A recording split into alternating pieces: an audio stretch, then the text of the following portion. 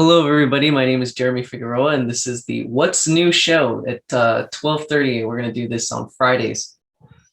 And basically, this show is we're going to go over some of the old terms that people still use, such as, people look at the new presentation and they think it's religious, spiritual, metaphysical, esoteric type of ideas, right? But that's what we think. So we're going to go over basically what's new, what relates to the true reality life is and this new nowness. And to start it off here, I had an interaction with this lady this morning over the phone. She asked me, well, what's the difference between a spiritual guide and the real guide? Because I had sent her a picture of Rebazar.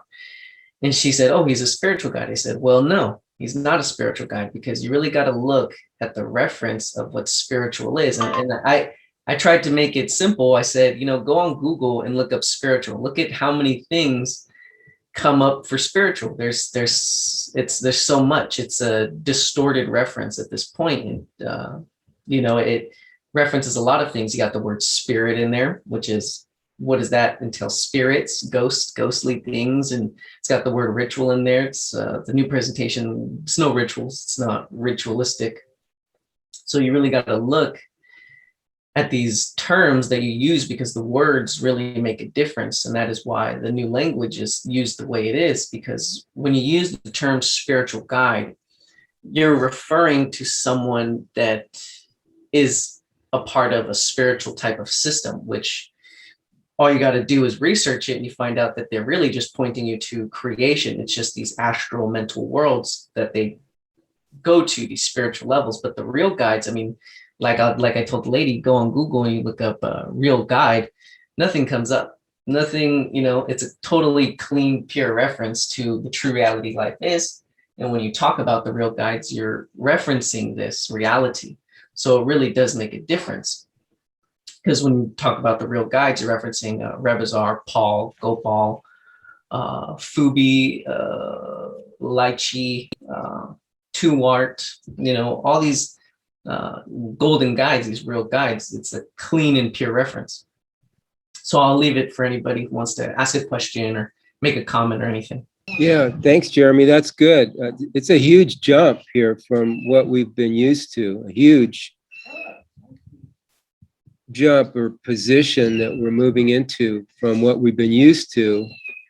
And this includes all the lifetimes we've lived and practiced different spiritual paths and religions and been into everything. And, but this is like a culmination of all our experiences now, to where here we have an opportunity to see more, basically, just to move on to something new. And it's actually a wonderful opportunity to see something that makes sense finally, whereas all these other paths and things were just references to something sort of vague in a way, like a God up there, an invisible God, and love, what's love, and what's peace really mean, all these terms that we've been used to. So it's quite a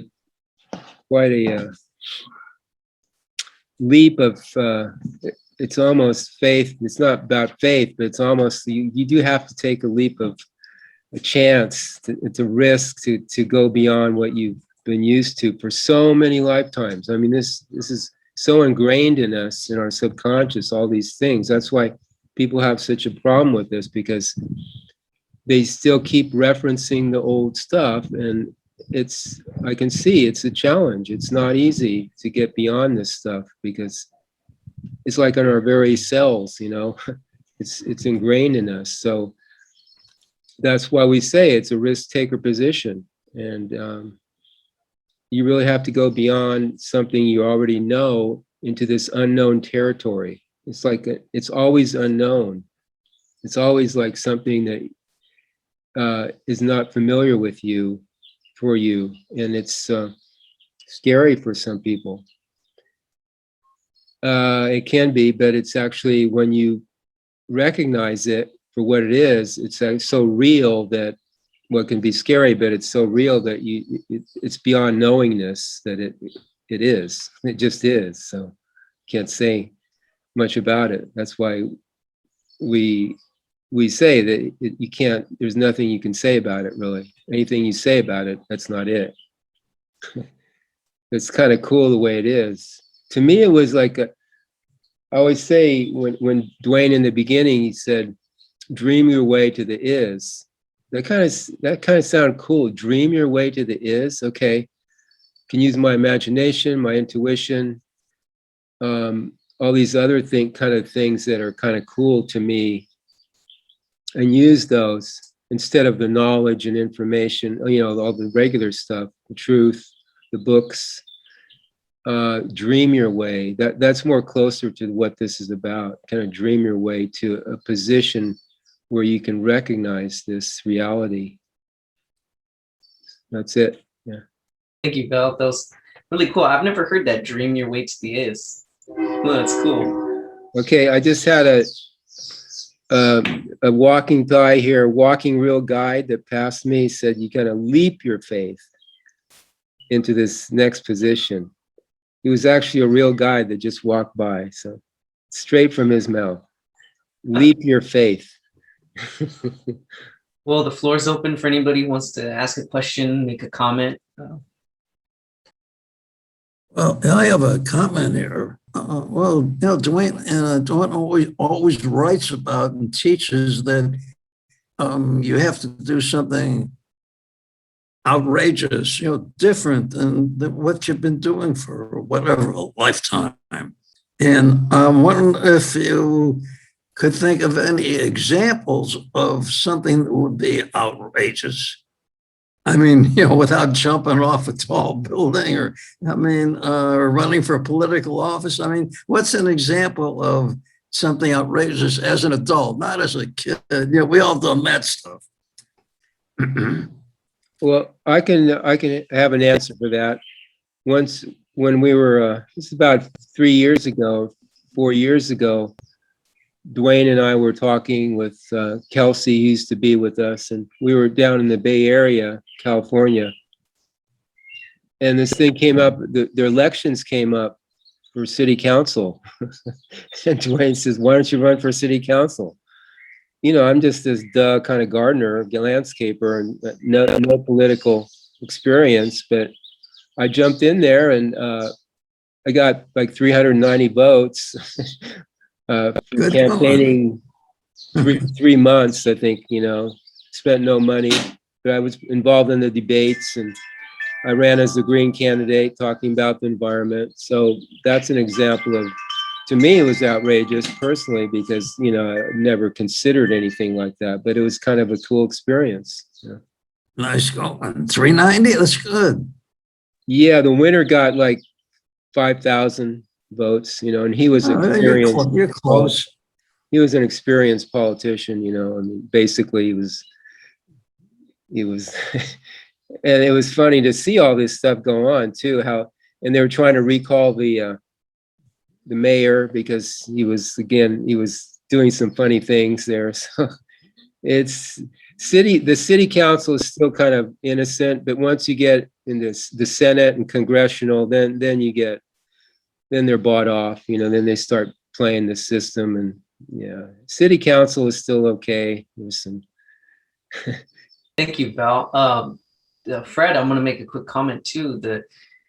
Something outrageous. Well, I remember reading that too, and I thought I kind of had a funny idea of myself going outside with a loudspeaker, yelling, telling people to start singing the NUUU and all this stuff, but. What I figured out really is that risk taker position, yes, like Val did, that's really cool. Actually, that's a fun adventure, that one. But also too, you could consider the risk taker position to leave behind all these ideas that you carried with you from lifetimes and lifetimes, because obviously whatever you did before didn't work. That's why you're right back here where you've always been, to figure it out. So this risk taker position could be considered at first maybe to just take the risk and see what's being presented here, to practice the NUUU sessions and tell people about it, to break this cycle that you've been in for who knows how many lifetimes. And for a lot of people, that is outrageous. They are very, very happy, if you could use that idea, as to where they're at and where they've decided to be. So for a lot of people, just singing the NUUU is outrageous. So I think it varies. Just doing something you've never done before. That's Duane talks about that too. Get into something new, just to tweak your consciousness, to tweak your attention, to, you know, experiment with going into the unknown on a physical, kind of emotional level, mental level, and then kind of loosen you up a little bit. He talks about that. Loosen up, you know, don't be so stiff with your attitudes and ideas. Have fun with it. Charles, do you have anything to add, or? I will say that I recognize myself as a spiritual being. You know, one way or the other, we are spirit, we are soul, we are all that. I'm not going to really go into this whole thing about whether or not, you know, the other side has ghosts and all this other stuff about, well, if we mention spirit, we're evoking the idea that ghosts are handling our spiritual affairs. No, that's not it. The real side has real people. But the thing is, that's life on the other side. They're called astral beings or causal beings. You'll find living beings on all those planes. But they have spirit too. It just means basically that they're, you know, they're physical in their realm, if you can see it that way. But as far as I'm concerned, you know, my big issue, I guess, is really more about what's happening concerning, you know, these great events surrounding us. You know, what fantastic, you know, leap have we taken? Well, I've taken a leap. Basically, I left my former path, but I can't say that I'm joining another path, because basically I make no agreements as to whom I trust and to whom I will follow or whom I will serve. And essentially, the idea of coming back all this time, you know, doesn't mean we didn't get it right before. It just means we made an agreement to come back for whatever reason, or we made an agreement that caught us into a situation where we had to come back, you know. And so essentially, I'm making no agreements. I don't agree with anything.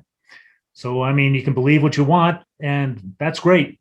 You know, doesn't mean I'm going to agree with it. So my situation is such where my perspective is really that, you know, you can be talked out of saving your own world. You can be talked into the idea that the next world is more important. But the problem is, once you leave the physical plane, once you give up the physical body and you go looking for another world, you have no say in what happens in this world. That's it. I mean, if somebody talks you into that, and basically, you know, this world is going to be taken over by some very nefarious beings, you don't really have the option of doing anything once you've made the agreement to go into the other world. All right. As far as I'm concerned, this world belongs to us. If people are fool enough to give it up because the other side matters more, that's on them. They gave it up. So that's why I'm here. That's really what I'm about. Okay, I'm not interested in experiences on the other side. I've had tons of experiences on the other side. You know, it's like, I'm not impressed. Okay, I'm not looking for adventures. I'm looking to save my world. That's about it, guys. Thank you, Charles, for sharing. No, and it's the ghost idea. That's just a little fun I was having, but nothing's negated. Whatever you decide is fine. So, you know, just make sure to make it fun. Always have fun. It's a fun, in a way, taking this risk, you know, to see more and become more aware and supersede creation altogether. Nothing's negated. Just have fun. Well, I can sort of agree with that. And nobody has to agree with me. That's fine. That's smart if they don't agree with me. Basically, it's the agreements that get us into trouble every time. All right, everybody. Well, does anyone else have anything to share? Wow, Charles speaks so fast for me. About the spiritual teachers, goals, and etc. It's interesting for me because when I before know about NUU, I learn about some method of this spiritual teachers like a Reiki. I what and the kind of the energy we use for a meditation and heal the body and go to other world and see the creation. Always it is interesting for me. Maybe tonight when I was tell my experience in Skype doing total this it is private and it's myself, but always I like this foreign language or old nature and like to learn about it and speak with a ghost. Maybe when I was so young children, I see them and speak with them and listen their words. After a few years, they close my eyes and hear because they told me it is danger for me to hear them. But today when I was singing NUUU, it is interesting.